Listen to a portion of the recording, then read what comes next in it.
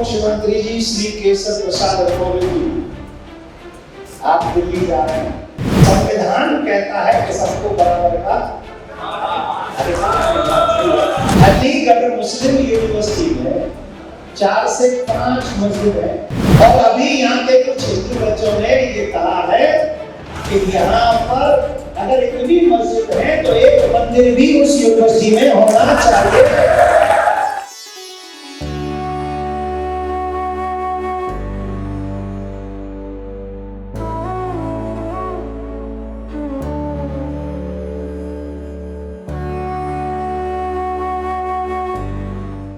अलीगढ़ मुस्लिम विश्वविद्यालय में मंदिर बनाने की मांग एक बार फिर से तेज हो गई है। अलीगढ़ में एक कार्यक्रम में शामिल होने आए सुप्रसिद्ध कथावाचक देवकीनंदन ठाकुर जी ने अलीगढ़ मुस्लिम विश्वविद्यालय में एक मंदिर बनाने की मांग डिप्टी सीएम केशव प्रसाद मौर्य के सामने रख दी। उन्होंने कहा कि यदि यहां पर एएमयू में मंदिर बना तो वो कथा करने के लिए फ्री में आएंगे।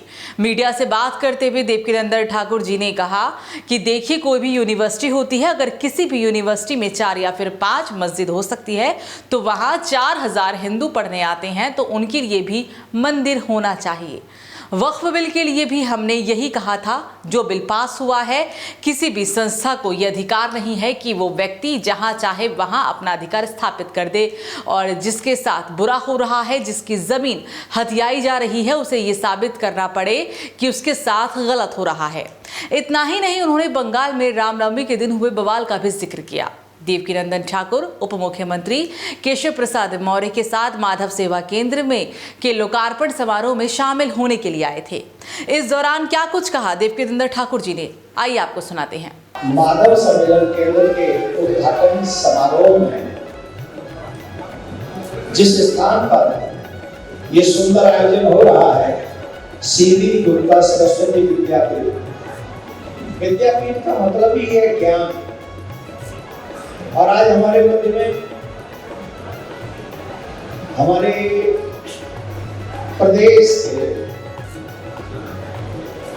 बहुत प्यारे जुझारू उप मुख्यमंत्री जी विराजमान है, जिनका पहला परिचय संघ ही है। हम जिस विद्यापीठ में विराजमान है, संघ एक ऐसा कल्प वृक्ष है जिस कल्प वृक्ष की स्व की कोई इच्छा नहीं है, परंतु अपने फलों से दूसरों को छाया देता है, आनंद देता है। वह कल्प वृक्ष दूसरों की इच्छाओं को पूर्ण करता है। वह कल्प वृक्ष आने वालों को छांव प्रदान करता है। जिस कल्प वृक्ष ने संघ ने हमें और हमारे देश को 2 प्रधानमंत्री दिए, स्वर्गीय श्री अटल बिहारी वाजपेयी जी, और अभी तो संघ के प्रधानमंत्री की पावर कौन नहीं देख रहा, कौन नहीं जान रहा, कौन नहीं पहचान रहा। ऐसी पावर, देखिए, कई लोग पावर का यूज करते हैं और कई लोग पावर का मिसयूज करते हैं, और जो मिसयूज करते हैं वो समाज को दिशा भ्रम कर देते हैं। परंतु हमारे पीएम साहब की आदरणीय यशस्वी श्री नरेंद्र मोदी जी जिस पावर का जिस डायरेक्शन में कर रहे हैं, उपयोग कर रहे हैं, आप विश्वास मानिए, आज नहीं तो कल हमारा देश विश्व गुरु बन के रहेगा, इसमें कोई संशय। स्वयं सेवक संघ एक ऐसा संगठन जिसकी हर क्षेत्र में सेवा कार्य प्रशंसनीय, आदरणीय है। ऐसा कौन सा कार्य है, ऐसा कौन सा क्षेत्र है जिसमें संघ ने अपनी अहम भूमिका नहीं निभाई और उसमें जाके सेवा भी की। देखो, सेवा भी करने का एक और ऑप्शन होता है कि हमें कुछ चाहिए, हमें कुछ चाहिए इसलिए हम सेवा कर रहे हैं, और एक होता है हमें कुछ चाहिए नहीं फिर भी हम सेवा कर रहे हैं।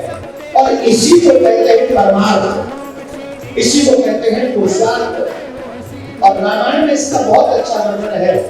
पर हे तो बस जिनके मन माही तेरे तो जग कछु दुर्लभ जिनके मन में परोपकार की भावना है, उनके लिए संसार में कुछ भी दुर्लभ वो है संघ, वो है कल्पवृक्ष संघ।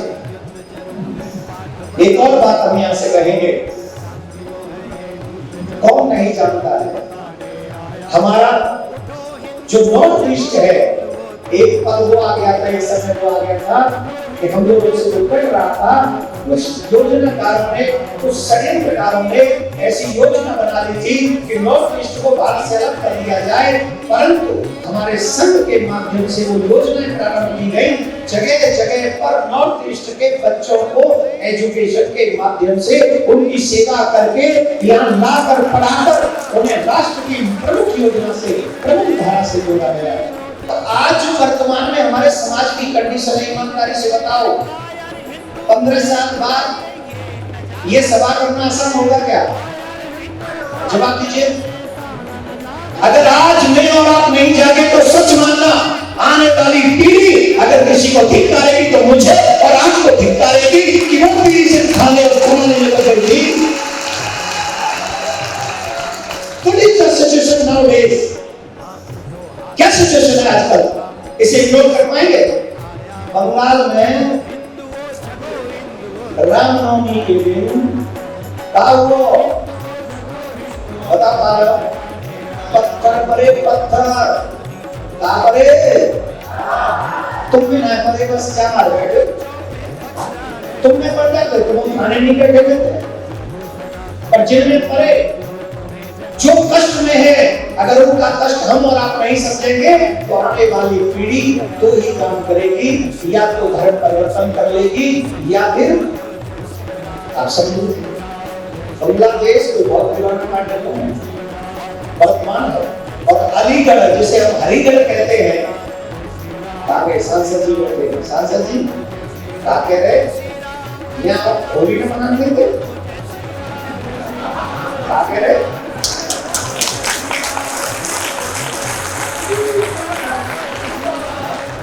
हमारे उप मुख्यमंत्री जी श्री केशव प्रसाद मौर्य जी, आप दिल्ली जा रहे हैं, आपसे निवेदन है, ये जितनी भी यूनिवर्सिटी है ना, केंद्र के द्वारा संचालित होती है और संविधान कहता है कि सबको बराबर का अधिकार मिलना चाहिए।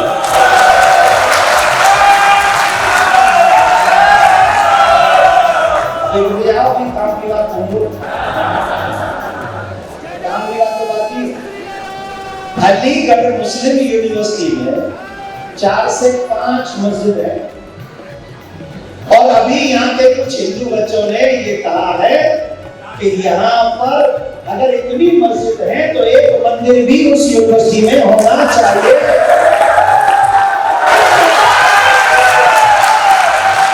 और याद रखो अलीगढ़ वालों, अगर वहां मंदिर बना तो कथा करने आऊंगा फिर।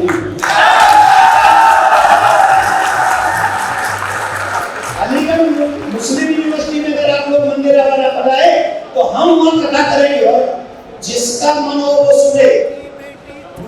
सबको सुनाना जरूरी नहीं है, सांसद जी तो सुनी लेंगे, ये विधायक तो सब सुनी लेंगे, भीड़ इकट्ठी कर ही लेंगे, ऐसे हमारे पास भी आई जाएंगे 100-200 आदमी को, और फिर भी कथा तो कर ही लेंगे, ये तो कंफर्म है। जय श्री राम, जय श्री राम। हम लोग हिंदू होकर भी अपनी संस्कृति से भटक गए। कल्पना कीजिए अगर संघ नहीं होता तो क्या आज भी ये संस्कृति बची होती?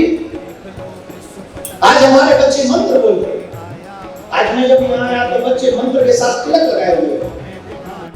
मैं जितने भी प्रतिनिधि बैठे हैं हाथ जोड़ के, आप अपना बालक समझ लीजिएगा, मुझे ये मत समझिएगा आचार्य मैं आज्ञा दे रहा हूं, अपना बालक समझिए। जितने भी जनप्रतिनिधि हैं, आप 2 दिन काम करिए प्रारंभ, माथे पे तिलक और सर पे शिखा, हाथ में कलावा, और निश्चित तौर पर वीडियो बनवा के डालिए। क्या सूर्य को जल चढ़ाते हुए सुबह स्नान कीजिए, सूर्य को जल चढ़ाइए, और ये कार्य अपने बच्चों को भी बताइए कि हमारी संस्कृति है। आज आप देख रहे हैं कोई पति ड्राम में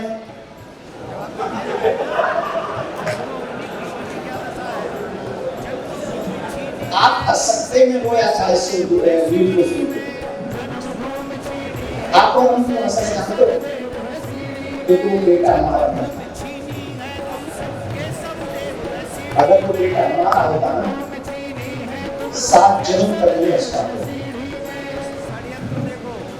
जो माँ वत्सला है, जो ममता का सागर है, जो करुणा से भरी पड़ी है, समुद्र है, जिसने अपना पूरा जीवन त्याग तपस्या के लिए निकाल दिया।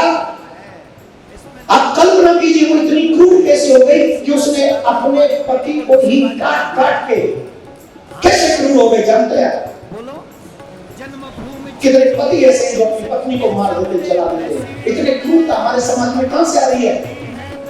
कभी विचार कीजिएगा तो आपको पता चलेगा कि मुसलमान भाई लोग जब अपने उनके बच्चे पढ़ते हैं, चाहे वो मुसलमान अमीर हो या गरीब, लेकिन सबसे पहले वो मदरसे में भेजते हैं और मदरसे में भेजकर सबसे पहले उसे कुरान का ज्ञान कराते हैं। वो कुरान को जानते हैं, 99% कुरान को जानते हैं वो लोग।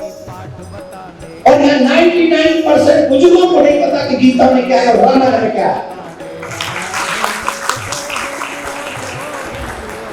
तो जब हमें नहीं पता होगा रामायण में क्या है, तो कैसे बताएंगे हमारे बच्चों को कि सीता जी ने कितना कष्ट सहा अपने पति के साथ बनने में। राम जी ने सौतेली माँ की बात मान के वो वन को चले गए थे। कितना त्याग था।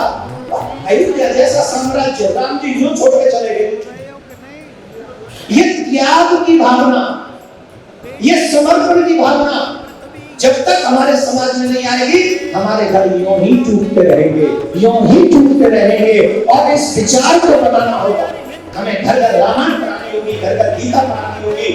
जहां सुमति का संपत्ति न, जहां कुमति का विपद, इसमें पूरा साथ,